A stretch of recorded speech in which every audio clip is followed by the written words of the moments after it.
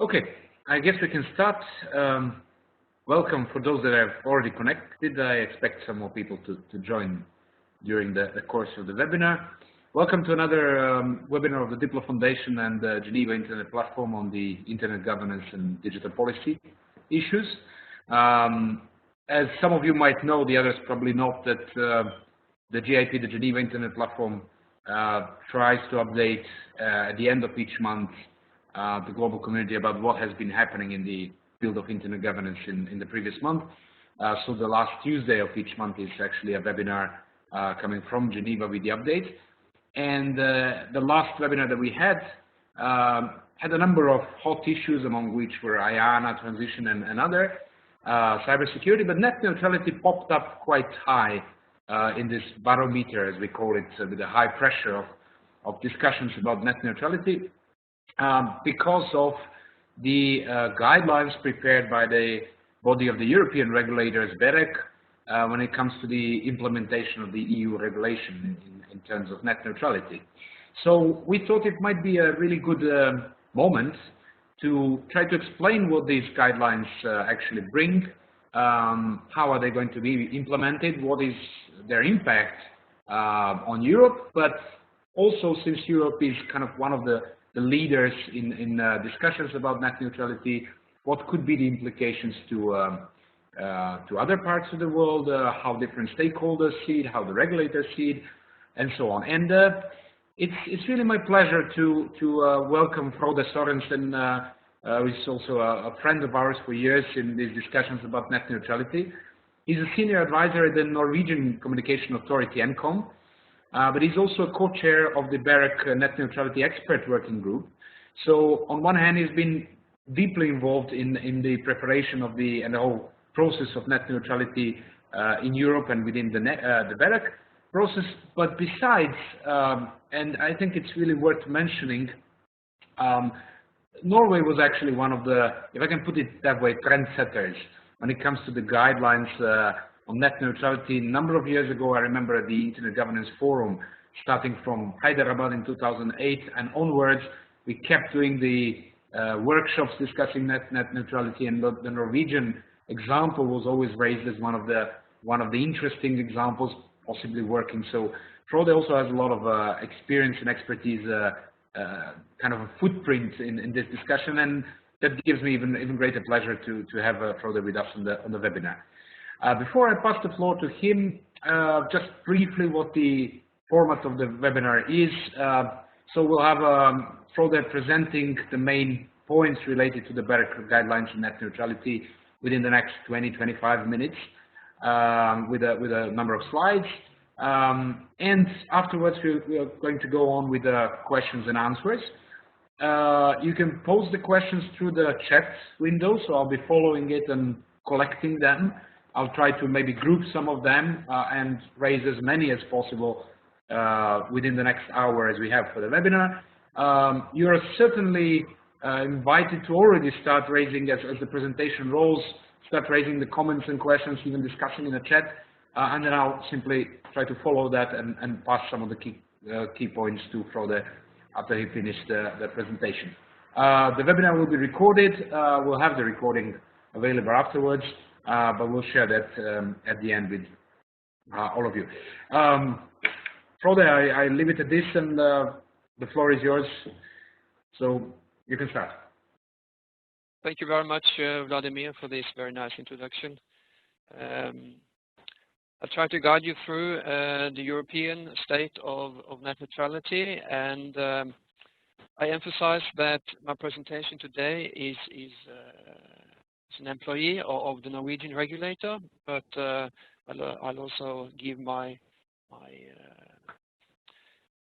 lot of information about the BEREC guidelines and the European regulation in general, of course.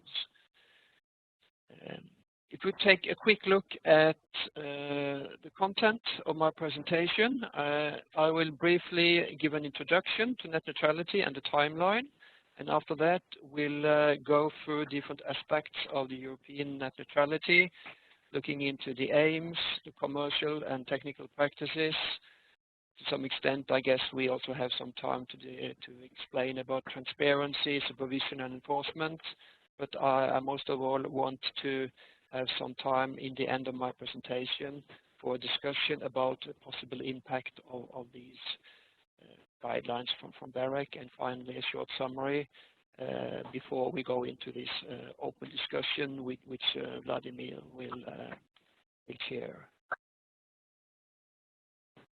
Looking at the background of net neutrality, I guess it is familiar to many of you, but to make sure we have common understanding, a common starting point of this discussion today.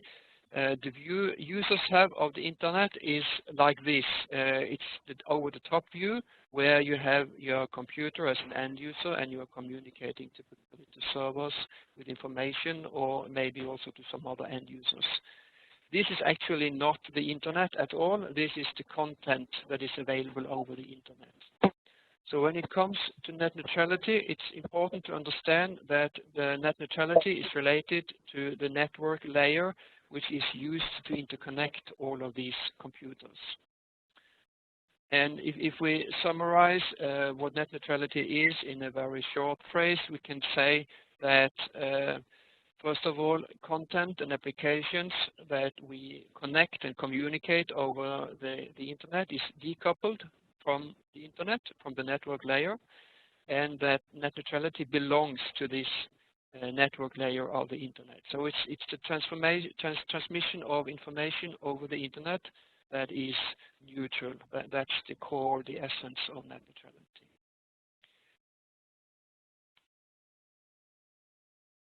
Taking a brief look at what has happened so far in the world regarding net neutrality, in the same way as the internet was invented in the US, the same is the case for net neutrality. You know, many of you, Tim Wu coined the term in 2003, and from Europe and other continents, we have been looking to the US for inspiration of net neutrality in the beginning. But soon, since the internet is an international network, net neutrality also became relevant in many countries.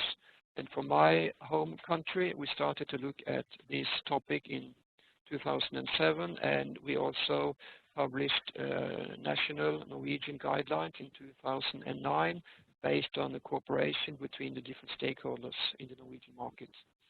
And we had a clear co-regulatory approach to net neutrality in Norway, so it was a soft law approach.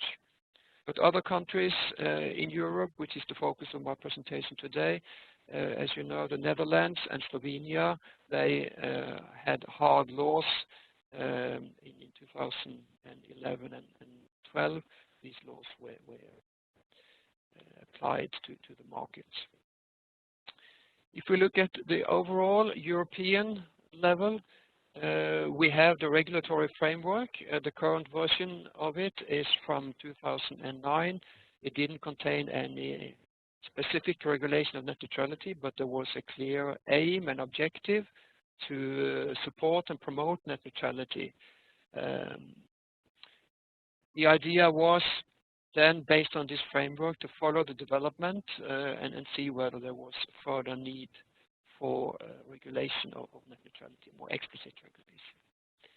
And as many of you know, in 2013, the Commission proposed a new regulation. It was actually a package of different types of regulation, but net neutrality was one important part of it. And in the end, when the political negotiation produced final text, the final law, it only contained rules about roaming and net neutrality. So the part of this regulation that refers to net neutrality, I will term net neutrality regulation in our presentation today. And this net neutrality regulation on the European level will then be applied to all European countries and also to Norway.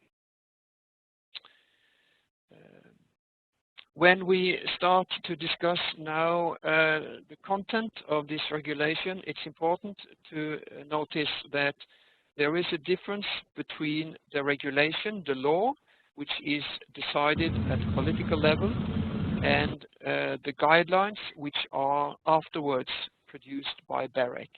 So BEREC's guidelines, they don't provide net neutrality rules, and in new rules, they only provide interpretation of the rules which are decided by the politicians in the parliament and in the council.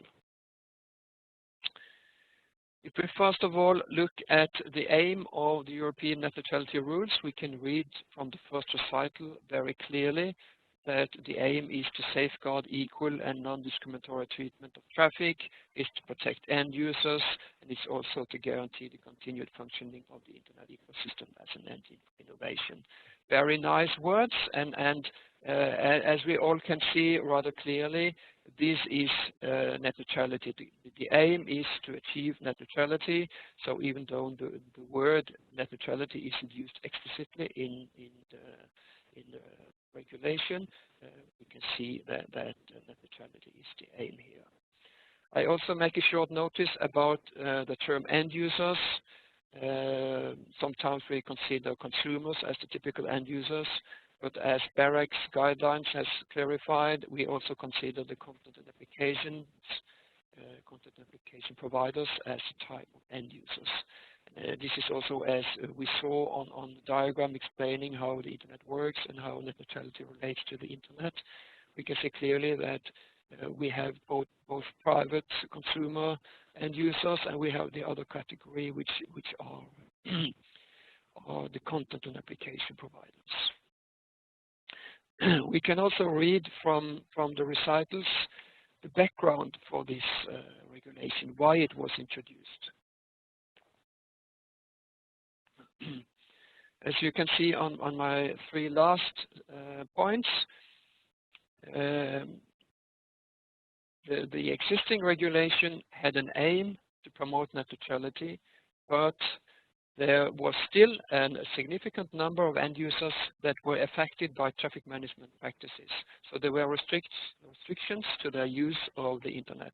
As many as 1/3 of the mobile and Internet users, for example, were affected by different restrictions. Typically, they couldn't use VoIP applications.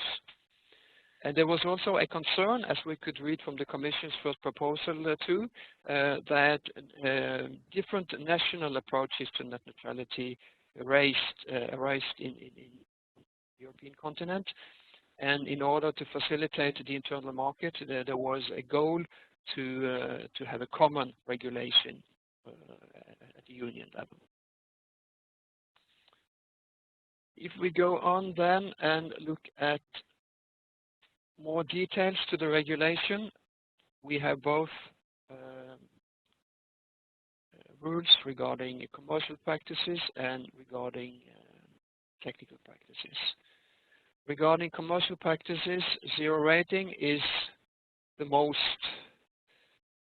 prominent example, obviously. And if you read the regulation and similarly the text of BEREC's guidelines, it's clear that zero rating as a practice is not prohibited per se. It's not necessarily accepted either. It depends on the actual implementation of this commercial practice.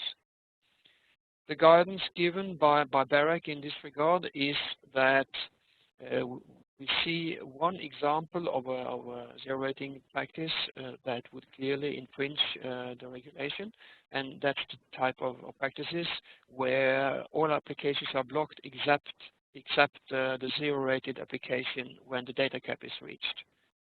This is due to the fact that in this case there is also a technical blocking of applications.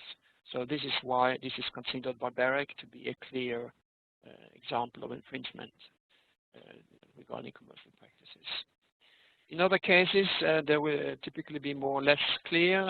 It will typically be less clear what is allowed and what is not allowed.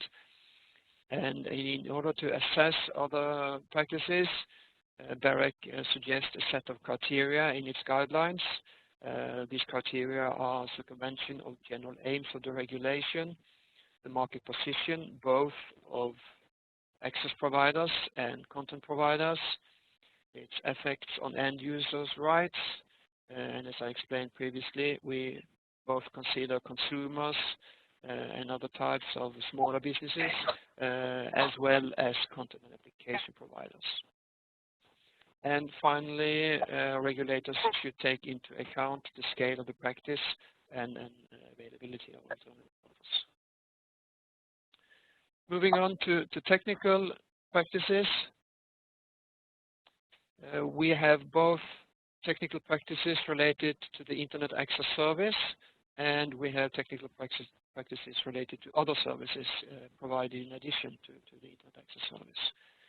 Traffic management of Internet Access Service is typically provided at 3 different levels, and you can clearly see these levels in the regulation.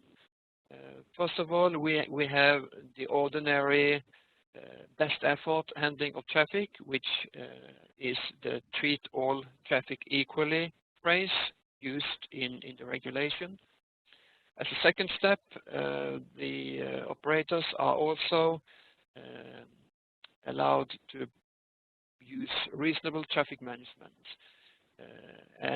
This term reasonable traffic management isn't used exactly as in the same way as, for example, the FCC regulation. So it has a specific meaning in the European regulation. And it's explained in the legal text that reasonable traffic management is based on objectively different technical quality of service requirements. So it means that the quality of service requirements of the traffic has to be the reason for applying this kind of traffic management. Typically, traffic will be handled in specific categories of traffic, and there is also a requirement that the traffic, the specific content of the traffic shall not be monitored in order to provide these categories of traffic.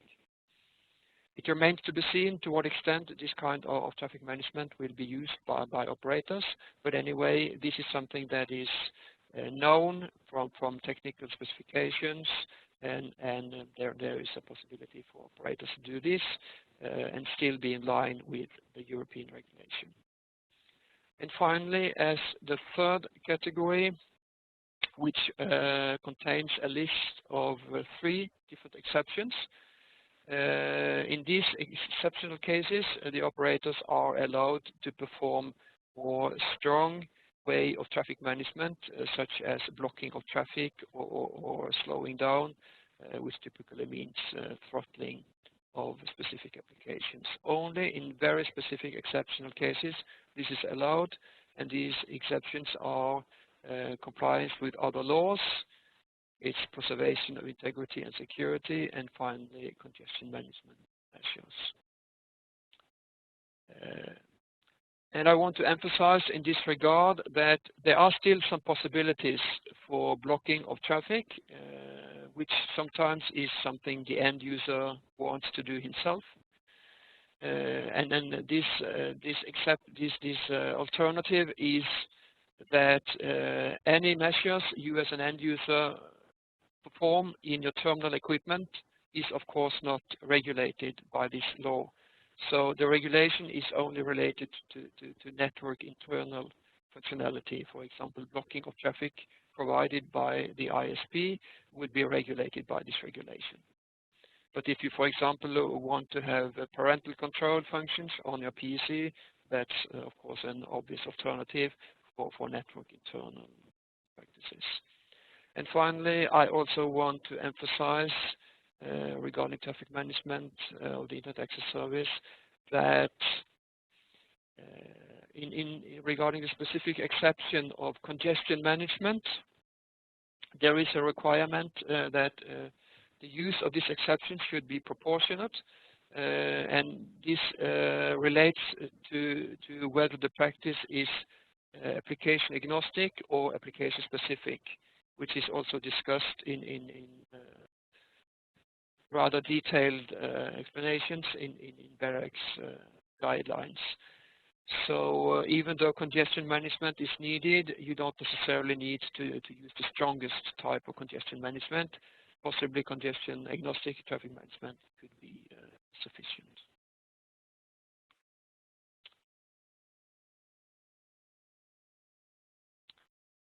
briefly about specialized services.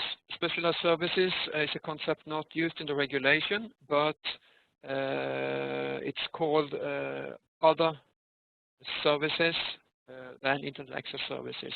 So they are typically provided to the Internet access service. So I'll just finish the description of the specialized services now, and then we can go to the discussion concluding part afterwards. So examples of specialized services are very good to use in order to understand what the concept is about.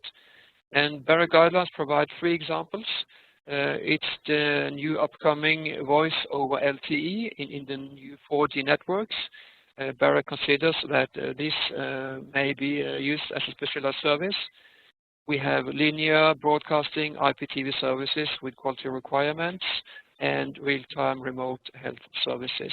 These 3 examples are considered to be usable as specialized services. More generally speaking, there are requirements regarding specialized services.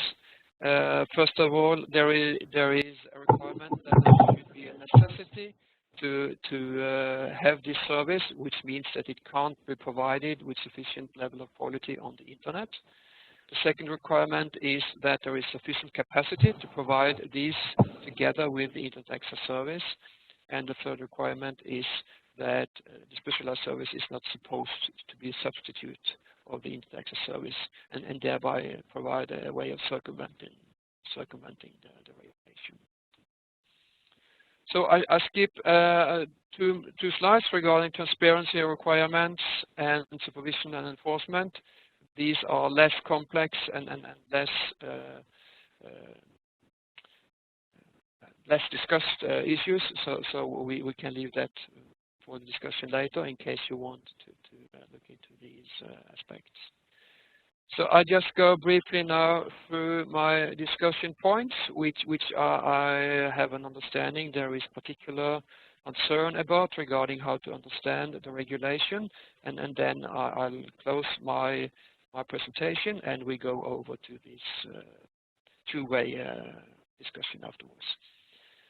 So first of all, it's important when we continue the discussion, but also in my presentation, that the regulation itself, which is provided by the political level, sets requirements, and these requirements can't be changed and couldn't be changed by BEREC when they provided guidelines.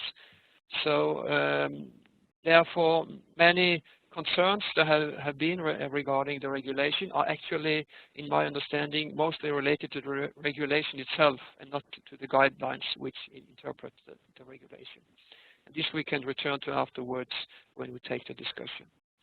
I think it's important to emphasize when it comes to the impact of the regulation that I believe, and the goal with the regulation as well, I believe that end users' rights has a very good protection in this regulation, and there is an emphasis of end users' control.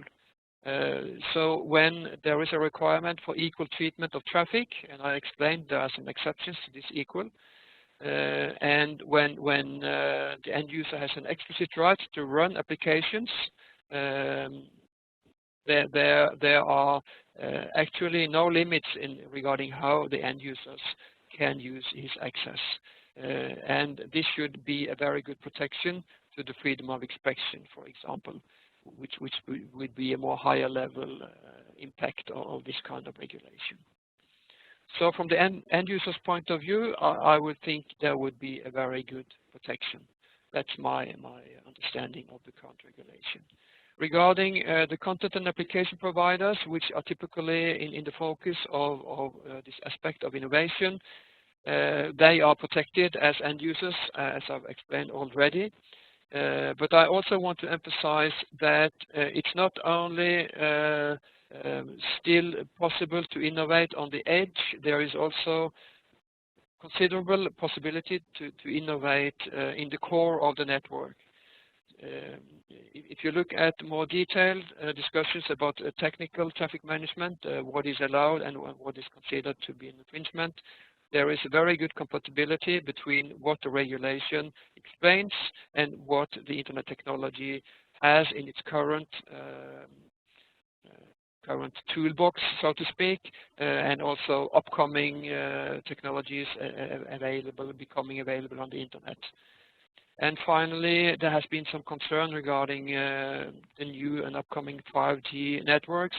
And as also BEREC explained explicitly in their guidelines, we consider the European Net Neutrality regulation as compatible to 5G development and deployment, and this technology, which is now coming in 5G to provide quality of service requirements, could typically be used for specialized services, which are allowed to provide in parallel to the internet access service. And finally, not any statement about zero rating, but there is, of course, still questions pending regarding zero rating. There is no very clear, strict regulation of zero rating. There is this case-by-case assessment, so it will be interesting to see in the upcoming years how zero rating will be regulated more in detail, and to what extent there will be a proliferation of zero rating on the internet or not. That will really be interesting to see in the near future. So by these words, I think I close my presentation and hand over to Vladimir, who will conduct the discussion. Thank you. Thank you, Frode. Thank you for the great overview, and also for cutting the 2 slides, even though I think it makes sense to get back to them at the transparency level and implementation at some point if there is interest. Those are also very interesting topics. So I open the floor for questions, so please feel free to post the questions in the chat. We already have one from Stephanie. Before I turn to her question and then wait for the others, we also collected some other questions in advance. Maybe the first question for you, or the comment would be, to start with, would be that basically there was a long process of drafting the European level regulation on this. So the guidelines, as you said, are actually trying to suggest an implementation level of those. But to what extent are the guidelines obligatory for the regulatory authorities? So how do you see the next steps of implementing these guidelines, and can we expect that the regulators throughout Europe will take them seriously? We have already seen some of the reflections from the UK and other countries. Okay, UK is maybe a different case. But anyhow, to what extent do you see that the regulators are going to obey to them? I think they will do so to a large extent. The guidelines themselves explain in the first paragraph that NRAs should take utmost account of the guidelines, which in my understanding is a rather strong way of expressing this. So that's the general answer to this. When it comes to practices that will be assessed on a case-by-case basis, which is typically zero rating, it's of course more difficult to know how uniform the regulation will be across countries. So there may be some limitations in that regard. But still, even though BEREC doesn't have a role in this regulation, it's a regulation conducted at the national level by the national regulator. BEREC is still a forum for regulators, so we meet regularly and discuss cases. So we have a possibility to exchange views and leverage on each other's experiences from the market. So I believe we can achieve a rather uniform regulation of zero rating as well, but it remains to be seen, of course. To build up on that aspect, one is you might maybe shed a little bit more light on the process of coming up to the guidelines, in the sense of we know the last phase when there was an open call for comments. There were hundreds of thousands of comments from civil society, from telecom sector and so on. But simply, how did the process go? To what extent the other regulators maybe have been involved? I suppose they have in the whole process of drafting, which might give us maybe a bit more light on the implementation level as well. What can we expect? In the internal development of the guidelines, there was a huge interest among regulators. So I think this was one of the most popular, so to speak, topics in BEREC at the time. So I would say regulators all over Europe have involved in this. And during the development phase, we also had, first of all, dialogue meetings with different stakeholders at the very early stage to take their views and concerns into account as we started the development of the guidelines. And then we had this public consultation, which, at least at the European scale, it was a huge interest for the public consultation. Even though we didn't receive as many responses as they did in the US. So I think I would say that we have sought views of the market and of the different European regulators, and have taken all of this into account in the final guidelines. That's my clear understanding. Okay, great, thanks. We'll get back more to zero rating and the specialized services a little bit later. I want to move to Stephanie's question, which is linked basically to what I mentioned previously on the GSMA and Vodafone. They already raised some questions, and the regulators in the UK and so on, where Stephanie says the ISPs may be in breach of regulations if they block adult content, even if customers opt in. The effect of child owner and protection measures. So who will take final decision in the UK and then other European countries? Does BEREC have any position on that? Yes, we have explained something in the guidelines, but I think it's important to roll back and clearly understand that this limitation that operators are not allowed to do any manipulation of the traffic in the network, even though if they provide some kind of consumer and user consent to this limitation is something that we have from the regulation. So this is something that is decided on the political level. So even though BEREC guidelines also goes a little bit more into detail about this and explains how we understand it in detail, this is not something that, this is not a rule that BEREC has provided. This is an interpretation of an existing rule in the guidelines.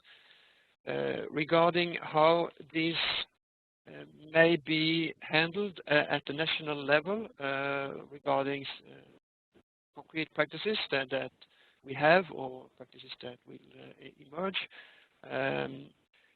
We have in the regulation the exception in Article 3.3a where operators based on other laws can block content. So typically, if there is a law at national level which is in line with the European law as well, that's also a requirement actually. So if there is such a law at the national level, then it will be a different case. Of course, if the operator is doing this kind of blocking due to a national law, then this will be in line with the European regulation and also with BEREC's guidelines. So I think this is the way to solve this problem, either to do it in the national legislation, or alternatively, as I explained previously, you can do this on your own terminal equipment if you want. So the terminal equipment basically is not part of the coverage of the the BEREC guidelines, right? No, because there is actually a requirement that you as an end user should be able to connect whatever end user equipment you want, whatever kind of terminal equipment you want, you should be able to connect, and also you should be able to install applications on this equipment. So therefore you are free to do the kind of blocking you find necessary for yourself or your children, for example. Good, thank you. Okay. Another question relates, and we received one more, and I'll pass it in a minute. Another question relates to the criticism part of the BEREC's guidelines. So on one hand, the civil society seemed to be quite happy, even though there was a long process of developing the civil society opinion as well, and it's not unique, definitely. And on the other, we heard some of the criticism from the telecom sector that the guidelines might be too prescriptive in terms of the ex-ante prohibitions, as opposed to the ex-post approach that they consider the regulation actually took. So do the updates, I mean, the guidelines carry a change in this approach from the regulation to the guidelines itself, to the implementation? How do you see that? I can provide discuss two aspects regarding that. First of all, again, repeating myself, it's important to distinguish between the regulation and the guidelines, and this is also something we saw in the responses during the public consultation. In many cases, we received criticism for something that was actually something that was provided in the regulation, which was therefore decided at a political level, which of course BEREC was not able to change. So this is important when you look into whether you are happy or not with the regulation. Everybody can, of course, be unhappy with anything as they want, but it's important to understand where to address this unhappiness. Whether it's an interpretation that is too strong from BEREC's point of view, from BEREC, or whether this is something that's actually provided in the legal text. I think that's important to emphasize. Secondly, more specifically about the ex-ante question, we received comments from operators regarding this during the public consultation, and we understood that it was not clear in the draft guidelines whether we, from BEREC's point of view, foresaw any kind of ex-ante assessment of either commercial practices or technical practices, or for example, specialized services. But this was never the intention. But in order to make this 100% clear, we added some text in the final guidelines explaining that, explicitly we explained that there was no requirement to ex-ante have any kind of acceptance for the practices that the ISP wants to have in his market, want to use in his market. Okay, thank you for that one. There was a question from one of the participants related to your knowledge, what is the position of the German government with regards to the net neutrality and the guidelines at the moment? If you have any information, yeah, okay. Sorry, I really don't know. Sure. And I would not, in case I knew anything, I would not like to discuss national aspects in other countries. I think that's something you would, in this case, would need to ask German authorities about. Okay, thanks. Now back to the probably some of the hottest aspects of the guidelines and the net neutrality discussion in the recent year or two or three is actually the zero rating and specialized services. So the first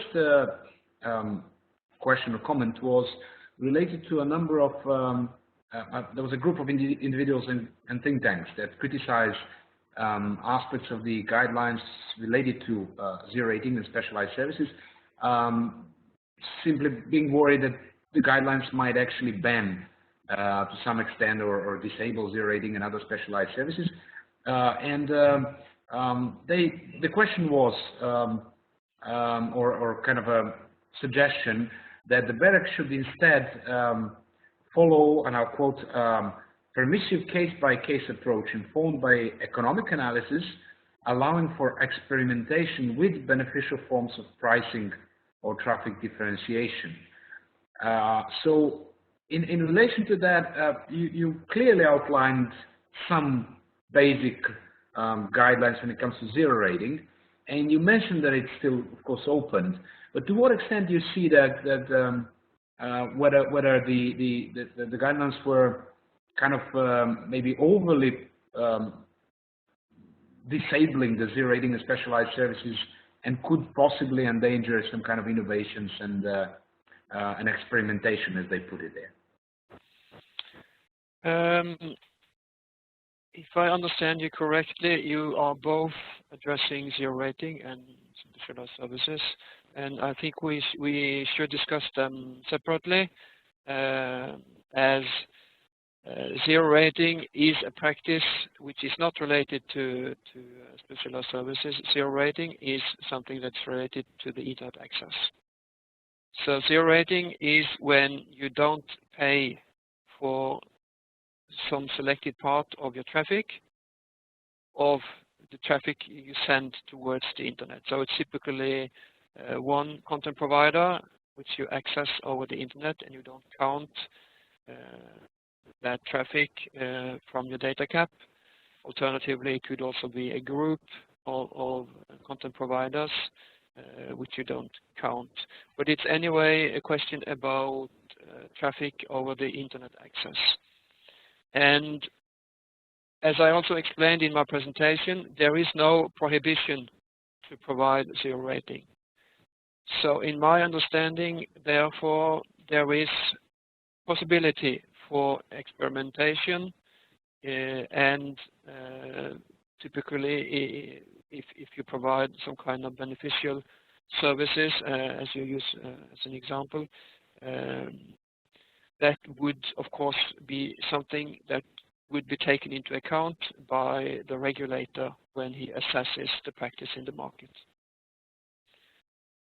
So typically the regulator would have to take an overall view to the national market, and I listed the different criteria that come into account,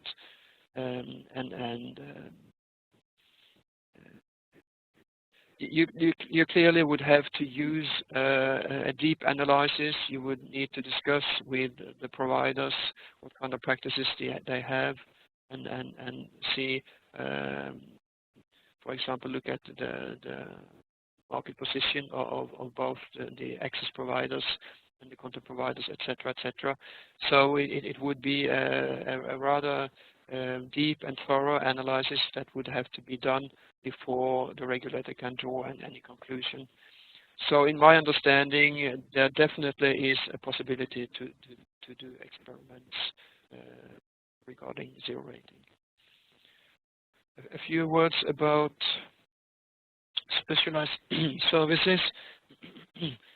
In my understanding, there is also a considerable possibility for provisioning of specialized services. They are allowed as long as you comply with the requirements. You have the necessity requirement, which I explained, but I also think the most important and most obvious requirement is the requirement of sufficient capacity. So as long as there is sufficient capacity for the Internet access service, so the capacity is in line with what you are subscribing to, then there is a possibility to provide specialized services in parallel to this, in case it's necessary in order to comply with, for example, specific quality of service requirements for this kind of service. And I think really the 5G is a very good example regarding how specialized services could be provided. So I really don't see any reason for concern regarding this. This is actually a way of allowing continued technical development on the internet and in mobile access networks, and still comply with net neutrality regulation. So, my understanding, this goes together. I'll stick a little bit more to the zero rating, and thanks for explaining the whole concept again. You mentioned that basically there is a kind of there is a space for testing how it works, and there are certain limits or red lines that could not be crossed. Back in the previous cases, like in India, when Facebook Zero was offered and then refused by the regulator, or the Slovenian case of the regulator, which was more explicitly turning against, so to speak, the zero rating. There were a lot of questions. Do we actually know, do we actually have enough information, and in that sense measurements, if we wish, what is the impact of the zero rating on the overall population, the way they use the internet, on the education level, on the their willingness to access other services and so on. And it appeared in the previous couple of years in discussions at the Internet Governance Forum and Eurodec, there are not that many research and analysis how the market behaves and how the users behave. Is there any specific mechanism or foreseen mechanism by BEREC or the regulators? How should this observation be made? Should there be any kind of a regular analysis? Who should be doing it? How should it be done? Or it's rather on the telecoms and the other side to show that there is no impact? How do you see this kind of a quantification and measurement of the effects of zero rating in the link to guidelines?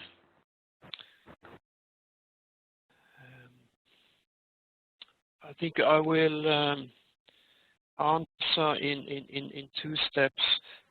First of all, when it comes to comparison between the European regulation and other regulations, whether it's a former national regulation in a European country or a different continent or a larger country like India, I think it's important that it's a different legal framework. So BEREC guidelines, they can only provide guidance based on the European legal framework and the net neutrality regulation, specifically in this case. So and therefore, as the regulation, the text of the regulation didn't provide any ban, any prohibition of zero rating. Therefore, BEREC took that into account and said that we don't ban it either, but we provide criteria for assessment. So, of course, in a different setting, in a different legal framework, it will be a political decision, typically, whether zero rating should be prohibited or not. Regarding how to analyze zero rating now and in the upcoming years under this European net neutrality regulation, I don't have a clear answer. I'm not an economist myself, so I can't provide any deep explanation of this. But as you can see from the criteria, and also if you read more of the details of BEREC guidelines, you can see that it's a question about assessment, typically of the competition situation. So it's regulated by this specific regulation, the net neutrality regulation, but it's the same principles as you use under competition regulation that is usable for some of the criteria provided in this list from BEREC. But as you implicitly indicate, I agree with you. There is still a need to further look into the impact of 0 rating. So that's of course something that is welcomed from any regulator. I don't know if that answers your question, but it's the best I can do, being an economist. Thank you. No, certainly. I mean, it is simply good to have even the open questions that we can keep noted down and then see how we can. And I mean, this question about the analysis of the impact is definitely does not imply only to or relate only to the regulators. This is something that is probably a joint effort, and the previous discussions actually emphasized that there were a lot of think tanks and academic society or academic community that actually came up with some research. I remember hearing the GSMA, one of the research about coming from India actually, which is still incomplete, and the conclusions cannot be drawn so easily. So it's a kind of a joint effort to have as many information as possible, and I'm sure that the regulators will take that into account. That's simply opening the question in a way. Before we have some more minutes, I would like you to take a minute back to the slide that you skipped, which is the transparency slide, because I think it's important that we don't leave it without that. Even though most of the discussions were around that transparency is simply not enough, but this is an important component. So maybe just briefly, what are the parts of the transparency arrangement within guidelines? Yeah, I think first, generally speaking, that it's interesting to note that in the previous regulation, we had the previous European regulation, it was based on transparency only. And in my understanding, we can understand, since we now have a new regulation, that this transparency was not sufficient. So that is, in my understanding, why we now have a new, more explicit regulation, because transparency is not sufficient to ensure net neutrality in the market. But on the other hand, of course, transparency is important, and transparency is also a part of the current net neutrality regulation. This transparency is supposed to be provided by the ISP, both in the contracts to the end user, but also to be published. So this information is available, for example, before you enter into a contract, if you want to compare different offers in the market, etc. The more detailed information that the ISP is supposed to provide is, as you can see on the slide, if it's visible for participants now, it's the impact of traffic management measures, it's the impact of volume limitations and speeds, etc., and the impact of any specialized services over the Internet Access Service. So it's a question about how provisioning of the Internet Access Service and the specialized services, if there are any, how this impacts the end user.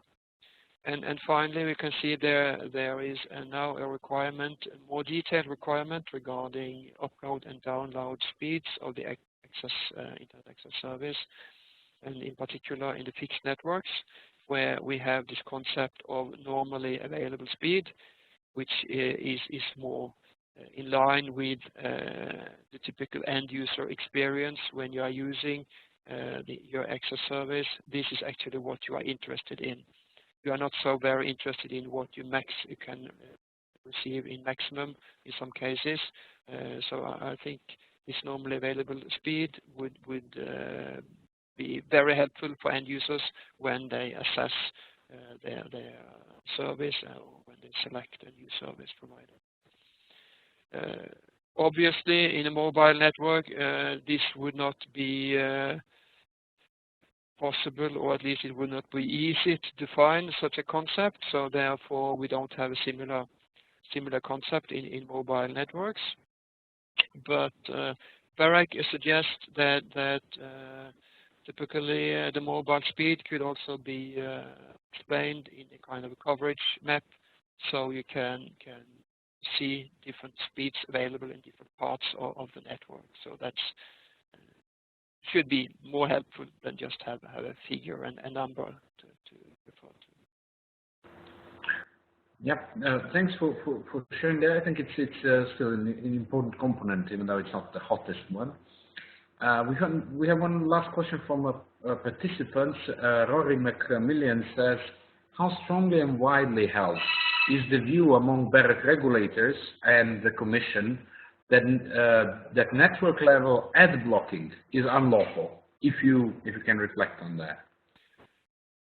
Yeah, generally speaking, there is a common understanding that the current regulation, this is the law provided by the political level, the current regulation prohibits such a practice. That's the general understanding. So there is, in my understanding, no disagreement about this. If you look back at former BEREC documents, you will see that end user view and user control is an important criteria which BEREC has suggested as a part of the net neutrality regulation. For example, in the quality of service guidelines in the scope of net neutrality from 2012 from BEREC, this is explained as a criteria which BEREC would consider to be a good criteria in general. But under the current regulation, we do, of course, follow what the political level has decided, and therefore we have this understanding that network level implementation of such measures would infringe with the current regulation. That's our understanding. Good. Thank you. Before we close, I wanted to maybe wrap up with you and I had a discussion and exchange over the email about how to frame the whole dialogue. And one of the questions that I simply liked, and the way we put it at the end, was that possibly with these BEREC guidelines, we might have all the sides equally unhappy. And that throughout this process of negotiations in net neutrality and debates in the recent years, all sides have somehow been coming closer to the zone of possible agreement, as the diplomats would say. So maybe in a nutshell, do you have the impression that the guidelines, the current guidelines, have reached to the largest extent this kind of a zone of possible agreement by all sides? And can you say that you feel that all the parties are equally happy, or at least equally unhappy, or you think that there might be further iterations in this process? I think we need more time to understand this clearly, but of course it's a part of the process in the earlier stages to be unhappy. That's a part of the way you argue in the discussion. And I think I can at least say very clearly that we took into account comments from the different sides, and there were several updates to BEREC's guidelines after the public consultation typically to clarify the text. So I feel we have a rather good consensus at the European level now, but of course stakeholders have interests and they want to follow these interests, and therefore of course I understand that they would have done this differently if they could decide on their own. But I think it's a good compromise, and let's see in a year or two. I think then it's more clear to understand how happy or unhappy the different stakeholders will be. I think it's too early now. Thank you, Frode, and I'm sure you'll keep being involved in the whole process. Thank you again for joining us and for your time and this good debate. I know that you're overwhelmed these days with questions and the comments about the guidelines and the whole process. But I'm sure we'll be in touch further. And thank you all for participating in the webinar and throwing good questions in. The recording will be available in a day or two, so we'll share it with you. We'll also reflect on the whole topic of net neutrality and other internet governance topics during the next monthly briefing from Geneva online, also on a webinar last Tuesday of the month that you can see in the Diplo calendar and the GIP calendar. And I hope to see you all again in some of our next webinars. For that, thank you again for joining. Thank you very much. Bye-bye.